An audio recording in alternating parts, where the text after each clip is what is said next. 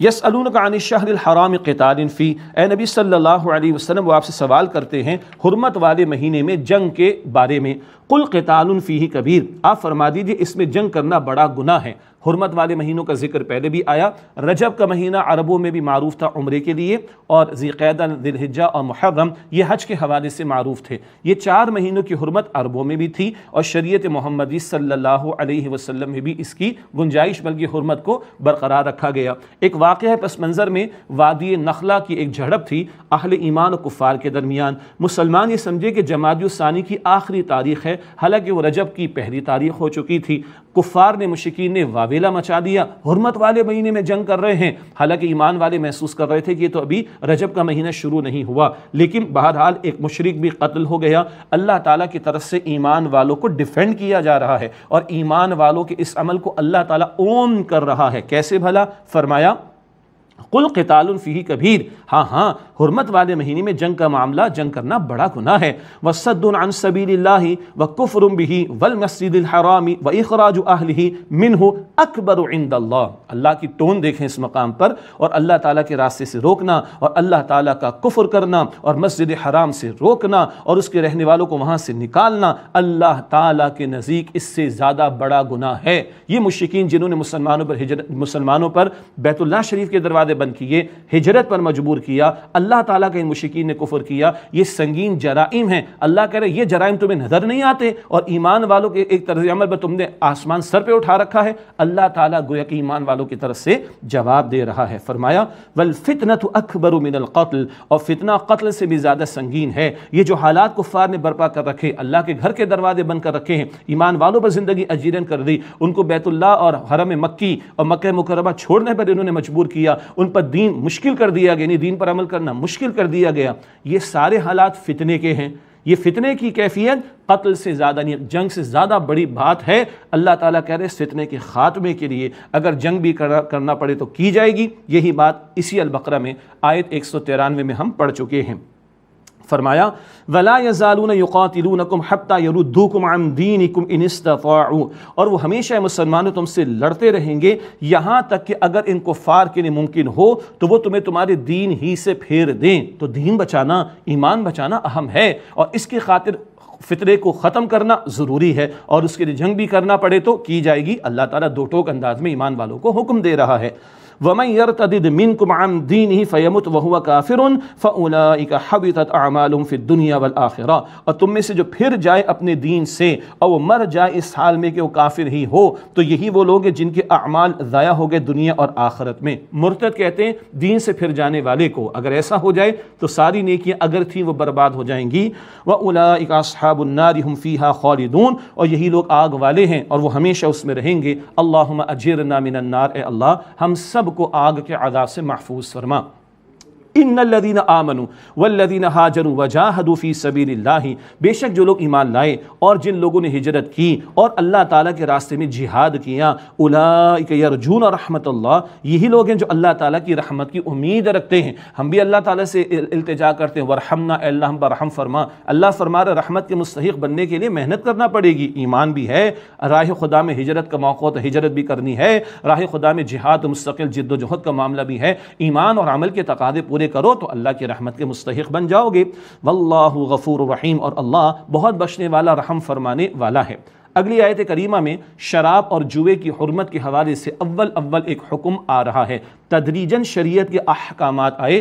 شراب اور جوئے کی حرمت کا آخری حکم ہم پڑھیں گے انشاءاللہ سورۃ المائدہ آیت نمبر 90 اور 91 میں بعد میں انشاءاللہ۔ اول البتہ گریجولی جو احکامات آئے ان میں یہ پہلا حکم اس معنی میں آ رہا ہے۔ سوال اٹھا یسألونک عن الخمر والمیسر، اے نبی صلی اللہ علیہ وسلم آپ سے پوچھتے ہیں شراب اور جوئے کے بارے میں۔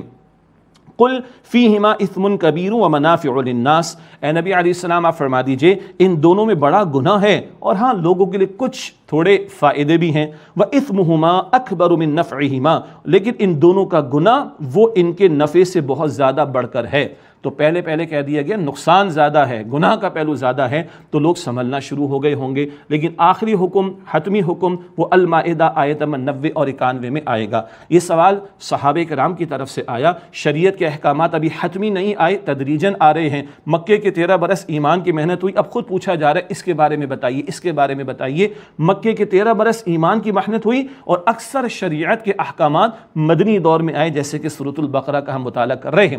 رہا شراب و جوئے کا معاملہ، تھوڑا بہت فائدہ وقتی طور پر جوئے سے کسی کو مال مل جاتا ہے، شراب پی کر کوئی سمجھتا ہے، بے وقوف ہے کہ غم غلط ہو جائے گا، لیکن دونوں صورتوں میں کیا ہے، اپنا ہی نقصان ہے۔ شراب پی کر عقل معوف ہوتی ہے، بیماری آتی ہے، بربادی آتی ہے، جوئے میں ہارنے والا آپے سے باہر ہوتا ہے اور پھر وہ لڑائی جھگڑے کرتا ہے، لوٹ مار کرتا ہے اور قتل و غارت گری تک معاملہ جاتا ہے، اور دونوں صورتوں میں کیا ہے، محنت سے جی چھڑانے کی بات ہے۔ انسان زندگی کی منجھدار میں رہ کر زندگی گزارنے کی کوشش نہیں کرتا اور حوصلہ نہیں پاتا، تو یہ رائے فرار اختیار کرتا ہے، کبھی جوئے میں کہ چلو چانس ملا تو جیت لیں گے، کبھی شراب میں تو تھوڑا سا غم غلط ہو جائے گا، یہ تو محنت سے جی چرانے والی بات ہے۔ لیکن قرآن پاک کہہ رہا ہے کہ گناہ کا پہلو بڑا ہے نفع کے مقابلے میں۔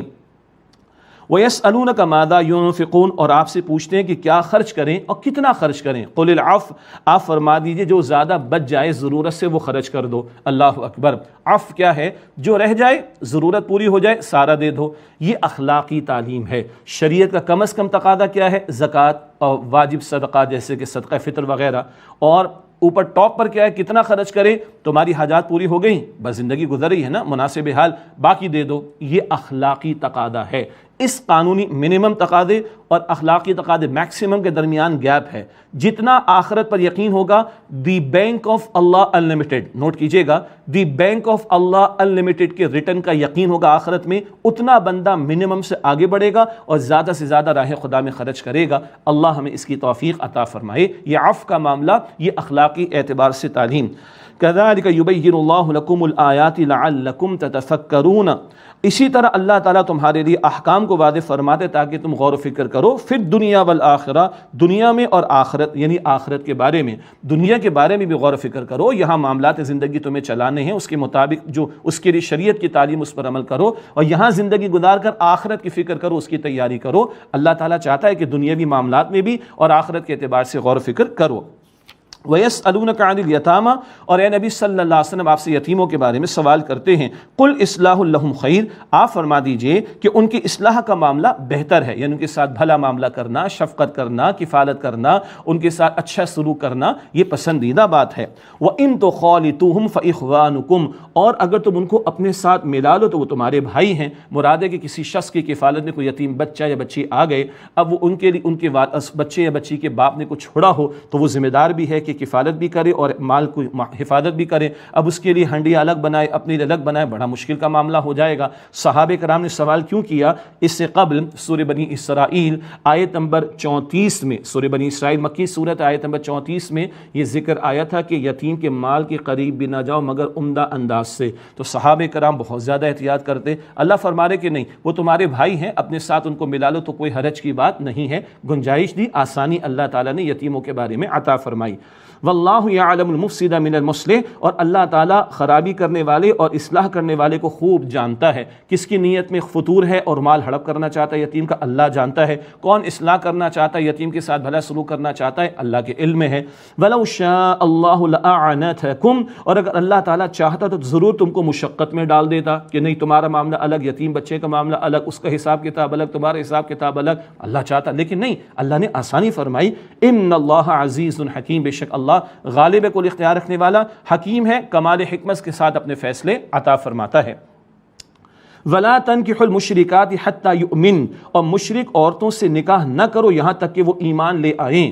مشرکہ خاتون سے ایک مسلمان مرد کا نکاح جائز نہیں۔ اہل کتاب کی عورتوں سے گنجائش ہے، وہ بات سورۃ النساء میں 5ویں پارے میں آ جائے گی، لیکن ایک مسلمان مرد مشرکہ عورت اس سے نکاح نہیں کر سکتا۔ وَلَأَمَةٌ مُؤْمِنَةٌ خَيْرٌ مِّن مُشْرِكَةٍ وَلَوْ أَعْجَبَتْكُمْ، اور یقیناً ایک مسلمان کنیز ایک مشرک عورت سے بہتر ہے، چاہے وہ مشرک عورت تمہیں کتنی ہی بھلی لگے، وہ دنیا کی بڑی اداکارہ ہی کیوں نہ ہو، ہے مشرکہ، اس کا حسن تمہیں جو ہے وہ لبھاتا ہے، اٹریکٹ کرتا ہے، نہیں، اگر وہ شرک پر ہے تو اس مشرکہ کے مقابلے میں ایک مسلمان کنیز غریب ہو، مناسب صورت والی ہو، ایک مسلمان کنیز تمہارے لیے بہتر ہے ایک مشرک عورت کے مقابلے میں، چاہے وہ مشرک عورت تمہیں کتنی متاثر کرے۔ اللہ اکبر۔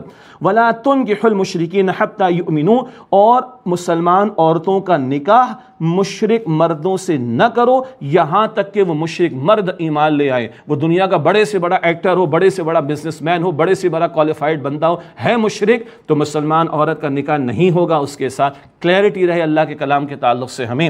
وَلَعَبْدٌ مُؤْمِنٌ خَيْرٌ مِّن مُشْرِكٍ وَلَوْ أَعْجَبَكُمْ، اور یقیناً مسلمان غلام بہتر ہے مشرک مرد کے مقابلے میں، چاہے وہ مشرک مرد تمہیں کتنا ہی متاثر کرے اور بھلا لگے، مسلمان غلام اچھا ہے مشرک مرد کے مقابلے میں، ایک مشرک شخص کے مقابلے میں، چاہے وہ کتنا تمہیں بھلا لگے۔ کیوں؟